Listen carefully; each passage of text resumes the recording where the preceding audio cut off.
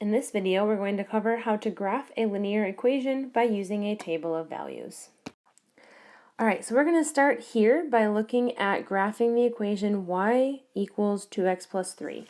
And the great thing about utilizing a table is that all we need to do when we're utilizing a table to help us graph is we need to pick values for x and find our corresponding values for y.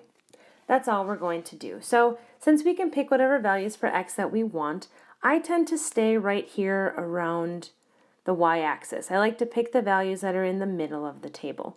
So I pick values like x equals -2, -1, 0, 1, and 2. And all we're going to do here is we're going to substitute values in for x and find the y value that corresponds with them. So I'm going to do my work down here at the bottom of the page. So I'm going to start with x equals -2.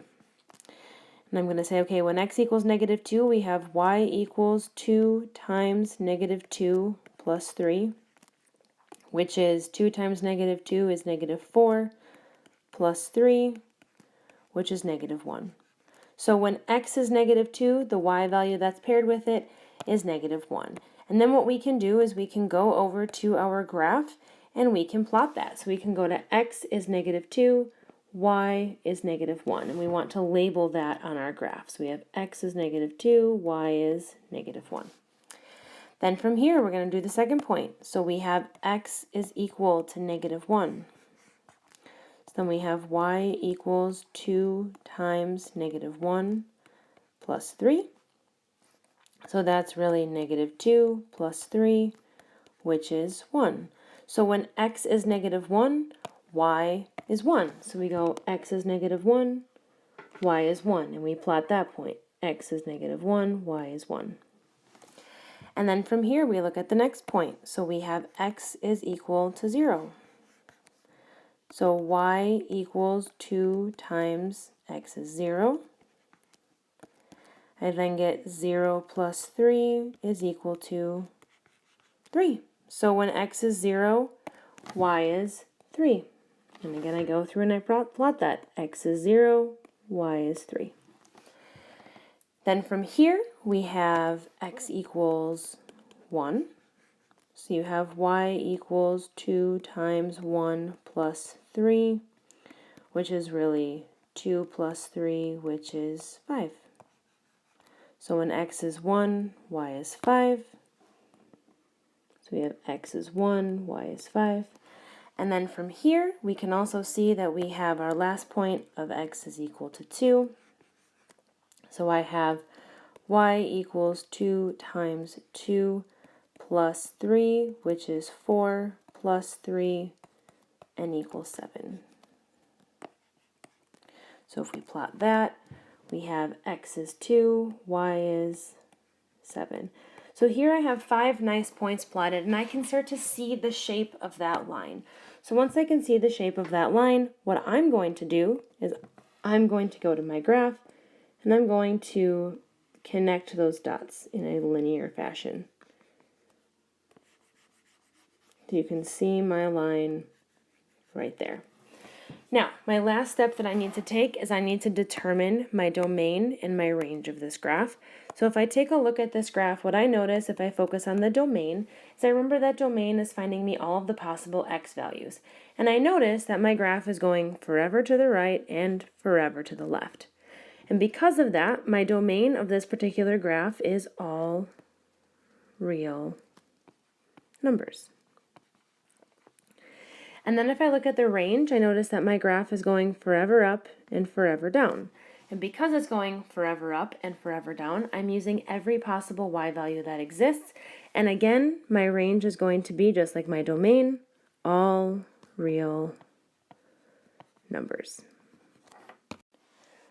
So these are the 4 good qualities that I expect to see in all of your graphs. And you'll notice that I did these as I plotted my points on the previous graph. So the first thing you always need to do is you need to scale the y-axis and the x-axis on the graph if they are not already there. Most graphs, I will give you numbers on the y-axis and x-axis. If I don't, you need to scale it so I know what each hash mark means. Second, Your points need to be clearly plotted. So you'll notice I had clearly plotted points with dots and labeled. So that means you need to label them as their XY coordinate. So that means it would need to be like 7, 3, or whatever it might be. You need to label it with the point next to your dot. The third thing that you'll need to do is your graph needs to be drawn through the coordinate plane. So it needs to fully extend all the way to the right, all the way to the left, all the way up, all the way down. You need to extend it all the way through the coordinate plane. Don't just connect the dots, but extend it all the way through the coordinate plane. So if you have your coordinate plane here and you graph on there, I should see something that looks like this. It extends all the way through. And then finally, the fourth requirement is that you add arrows onto the ends of your line in order to extend the line both directions to communicate that that graph continues on past the coordinate plane. So that equation that you're graphing extends past the coordinate plane, and we communicate that it keeps going by utilizing arrows. If you don't have arrows, I assume your line stopped, which is generally not true if you're graphing an equation. So unless it's specified, you're going to have arrows extending that line forever in both directions. Arrows are required. I will dock you if you do not have arrows, because those arrows communicate something to the person reading your graph. So before we graph a couple of other linear equations, we need to talk about what to do if our y value is not alone. So if our equation isn't written in that y equals form that we saw a couple slides ago when we graphed. And if y is not alone, what we have to do is we have to rewrite our equation. We actually have to take that equation and rewrite it so that y is alone, which is actually a lot easier to do than you might think. So to start by looking at this one, I know that there's no coefficient in front of the y, so I'm going to put the 1 in there, and then utilize keep change so I don't make an error. So I can see there that I have 3x plus negative 1y is equal to 7. And my goal is to get this y value completely by itself. So what I need to start doing is I need to start moving everything away from the y. So here I'm going to start by undoing this 3x here. And I can move the entire 3x if I just subtract 3x from each side. So as I do 3x minus 3x, that becomes 0. So I'm left with negative 1y is equal to 7. And then I have, you can write minus 3x, or I like to write plus negative 3x. Then from here, y is almost alone, but I'm still multiplying it by that negative 1. So I'm going to divide both sides by negative 1. So on the left-hand side, I'm just left with y. On the right-hand side, I do each one at a time. So I do 7 divided by negative 1, which is negative 7. And then I do negative 3 divided by a negative 1, which is a positive 3x. So I can rewrite these for y by themselves. We are capable of rewriting them by using our knowledge of solving equations. We just need to move all of the items over that are not y, and then divide by the coefficient of y. Now, this form is commonly called function form. So function form is typical when y is by itself. So when I say to write this into function form, you're going to start by writing it into y equals form. And we like to do that in order to make graphing with a table a little bit easier. So we can pick our values for x and find the corresponding values for y quite easily. So here we have another example of an equation that we want to graph. And what we notice is that in this one, the y value is not by itself. So we need to rewrite this equation into function form before we can actually graph it. So I'm going to start by utilizing keep change here, and then I'm going to try to get the y value by itself. So I'm going to start by adding 6x to each side, noting that when I do that, we undo the negative 6x on the left, so we're left with negative 2y is equal to negative 12 plus 6x. So notice that we're not combining the negative 12 and the 6x together because they are not alike terms. Then from here, we need to get the y by itself, so we're going to divide both sides by -2. As I do that, I end up with just y on the right, and y equals -12 divided by -2 is 6, plus 6 divided by -2 is a -3x. So I now have my equation written in function form. I then need to pick my values for x so that I can find the corresponding values for y. So I'm going to do -2 to 2. And then I'm just going to show my work as I calculate all of my points. So I'm going to start with x equals -2. So I have y equals 6 plus -3 times -2, which is 6 plus 6 is equal to 12. Then I have x is equal to -1, so we have y equals 6 plus -3 times -1. 6 plus 3 is 9. We then have 0, so y equals 6 plus 3 times 0 is 6 plus 0, so that's 6. So then I can fill in those first couple points there. Then I move on to x equals 1. So I have y equals 6 plus -3 times 1, which is 6 plus -3, which is 3. And then I have x is equal to 2. So that's y equals 6 plus -3 times 2, which is -6 plus 6, which is 0. So now I have my 5 points calculated. So here's now where labeling can be really important. So I'm going to go up by 3's here. So that's going to be 3, 6, 9, 12. And then I'm going to go just 1, 2, 3, 4, 5, 6.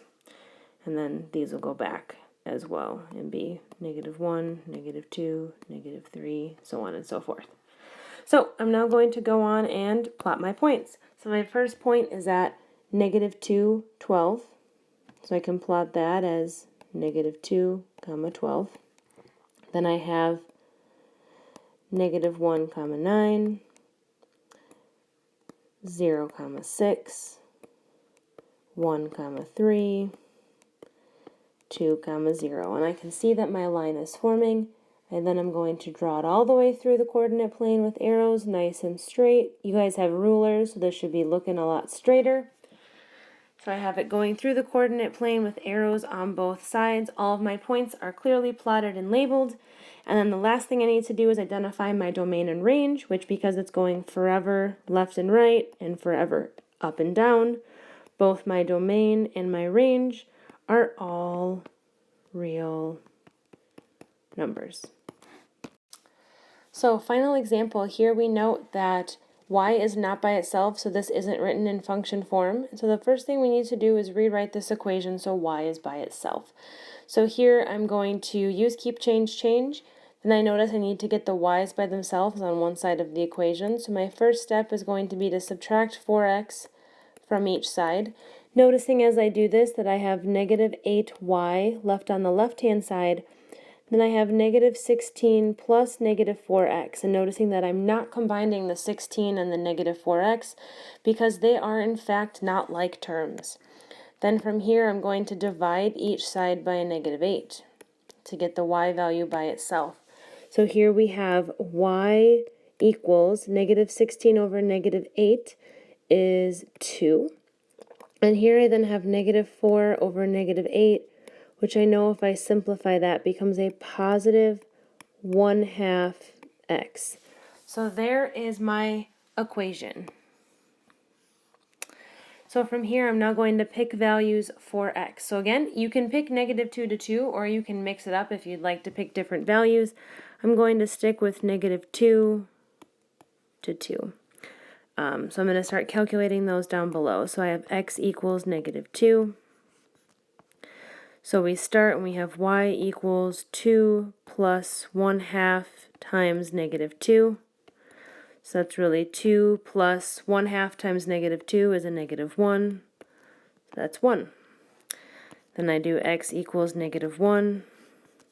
So I have y equals 2 plus 1/2 times -1, which is really just 2 plus a negative 0.5, which is 1.5. X equals 0. We have y equals 2 plus 1/2 times 0, which is 2 plus 0, which is 2. So we've got a couple more points to fill in here. Then from here, we have x is equal to just plain 1. So I have y equals 2 plus 1/2 times 1, which is 2 plus 0.5, or 2.5. And then finally, I have x is equal to 2.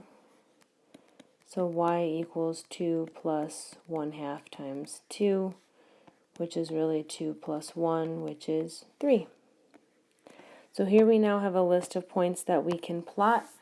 If we go to our coordinate plane, I'm just going to plot these as normal, like 1, 2, 3.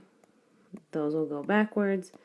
And here we'll just go 1, 2, 3, so on and so forth. We'll just plot those as each hash mark equals 1. So now if we go and plot these, -2, 1 is right here. So -2, 1. -1, so this is going to be a little bit harder to fit here, but we'll make it work. -1, 1.5. Here is 0, 2. Here is 1, 2.5. And here is 2, 3. So we can see the line that we have that is in fact forming. If I now connect my dots, extend it all the way through the coordinate plane with arrows on the end, there's my good solid graph. And then finally, I need to determine my domain and range. I notice my graph is going forever left and right and forever up and down. So both my domain and my range are all real numbers.